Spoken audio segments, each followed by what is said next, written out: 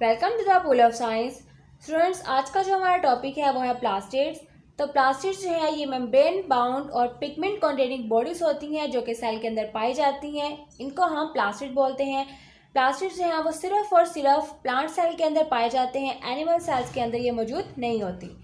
Plastids की 3 types होती हैं, क्लोरोप्लास्ट, क्रोमोप्लास्ट एंड ल्यूकोप्लास्ट। तो इन तीनों टाइप्स को हम फर्दर वन बाय वन जो है वो स्टडी करेंगे। तो फर्स्ट हम देखते हैं कि क्लोरोप्लास्ट जो है वो किस तरह का होता है। क्लोरोप्लास्ट जो है मेम्ब्रेन बाउंड स्ट्रक्चर्स होते हैं जिसके अंदर ग्रीन यानी सब्ज कलर का पिगमेंट जो है वो पाया जाता है। ग्रीन पिगमेंट जो है ये एक ऑर्गेनिक कंपाउंड होता है जिसको हम क्लोरोफिल बोलते हैं। यानी क्लोरोप्लास्ट के अंदर ग्रीन पिगमेंट को हम क्लोरोफिल कहते हैं।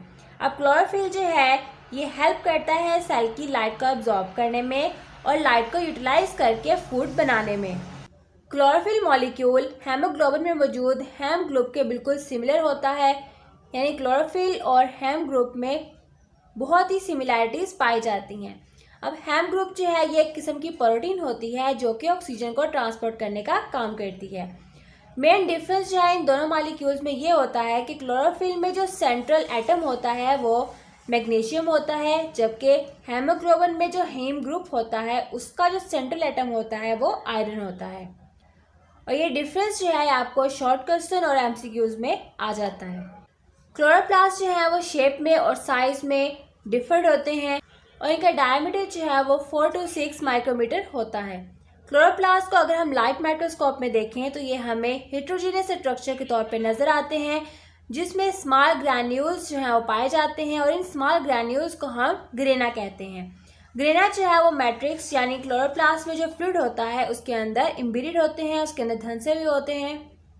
अगर हम क्लोरोप्लास्ट को इलेक्ट्रॉन माइक्रोस्कोप के अंदर देखें तो हमें क्लोरोप्लास्ट जो है उसके 3 मेन कंपोनेंट्स नज़र आते हैं। फर्स्ट कंपोनेंट है इन्वेलप, सेकंड है स्ट्रोमा, थर्ड है थैलाकाइड। तो इन्वेलप जो है ये डबल मेम्ब्रेन से बनी हुई होती है। स्ट्रोमा जो है ये क्लोरोप्लास्ट का बहुत सा एरिया जो है वो कवर अप करते हैं, यानी बहुत से एरिया में ये स्ट्रोमा पाए जाते हैं। अब स्ट्रोमा जो है ये किस्म का फ्लूइड होता है जो कि थैलाकाइड्स के इर्द गिर्द पाया जाता है। इसके अलावा कुछ proteins, ribosomes, small circular DNA जो है वो इस स्ट्रोमा यानी फ्लूइड के अंदर मौजूद होता है। अब स्ट्रोमा के अंदर कुछ साइट्स होती हैं जहाँ पे कार्बन डाइऑक्साइड जो है वो फिक्स होती है, यानी कार्बन डाइऑक्साइड यूज़ होती है और शुगर जो है वो बनती है, यानी फूड जो है वो बनती है। इसके अलावा स्ट्रोमा के अंदर कुछ प्रोटीन्स भी जो है वो डिवेल्प होती हैं। थर्ड जो पार्ट है क्लोरोप्लास्ट का वो है थैलाकाइड। तो थैलाकाइड जो है ये फ्लैटेंड वेसिकल्स होते हैं जो आपस में मिलके जो है वो ग्रेना बनाते हैं और इंटरग्रेना बनाते हैं। ग्रेनम जो है वो एक पाइल के तौर पे अपीयर होते हैं, यानी जैसे आपके सिक्के होते हैं, सिक्कों को एक दूसरे के ऊपर रखेंगे तो वो पाइल ऑफ थैलाकाइड स्टैक बन जाएंगे और बिल्कुल कॉइन्स की तरह जो है हमें ये स्टैक नज़र आते हैं। तो जैसे आपको वो सिक्के पड़े हुए नज़र आएंगे वैसे ही हमारे पास थैलाकाइड जो है इनकी अपीयरेंस नज़र आती है। 50 या 50 से ज़्यादा थैलाकाइड्स जो होते हैं वो एक दूसरे के साथ जुड़ते हैं और ग्रेनम बनाते हैं। थैलाकाइड्स की लेयर्स पर क्लोरोफिल मॉलिक्यूल्स जो हैं वो अरेंज होते हैं। इसकी वजह से ग्रेनम जो है हमें ग्रीन कलर के नज़र आते हैं। हर ग्रेनम जो है एक दूसरे के साथ कनेक्टेड होता है नॉन ग्रीन पार्ट के ज़रिए। तो इस नॉन ग्रीन पार्ट को हम इंटरग्रेनम कहते हैं। ये आपको डायग्राम से जो है वो इजीली समझ में आ जाएगा। मेम्ब्रेन जो होती है ग्रेना की उस पर कुछ साइड्स होती हैं जो कि सनलाइट को ट्रैप करती हैं, यानी सनलाइट को एब्जॉर्ब करती हैं, सनलाइट को अपनी तरफ अट्रैक्ट करती हैं और फिर वहाँ जो है एटीपी प्रोड्यूस होती है। क्लोरोप्लास्ट को हम सेल्फ रिप्लिकेटिंग ऑर्गेनेली भी कहते हैं, यानी ये अपनी डेवलपमेंट और ख़ुद को मैनेज जो है खुद ब खुद ही करते हैं। नेक्स्ट जो हमारे पास टाइप है प्लास्टिड की वो है क्रोमोप्लास्ट। तो क्रोमोप्लास्ट जो है ये ग्रीन कलर के अलावा अदर कलर्स जो हैं वो प्लांट को देते हैं, यानी ये फ्लावर्स की पैटर्न्स में पाए जाते हैं, यानी फ्लावर की जो पत्तियाँ होती हैं उनमें ये पाए जाते हैं।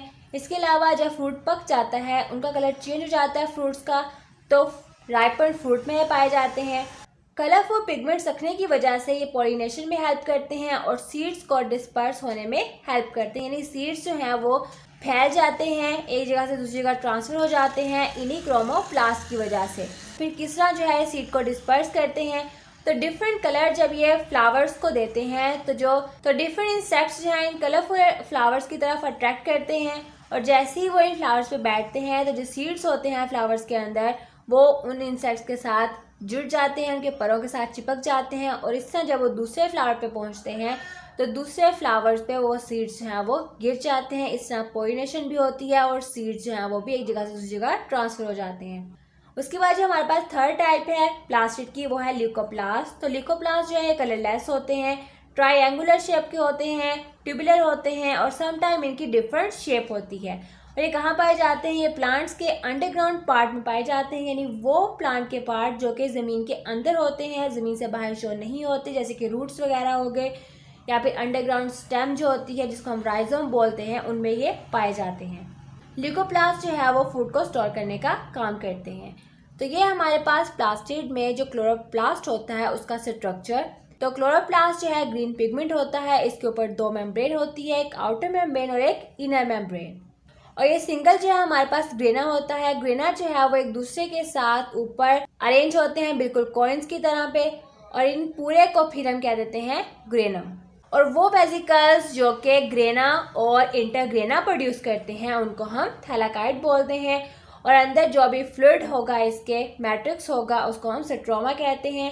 तो ये था आपके पास क्लोरोप्लास्ट का स्ट्रक्चर, और ये था हमारा आज का लेसन।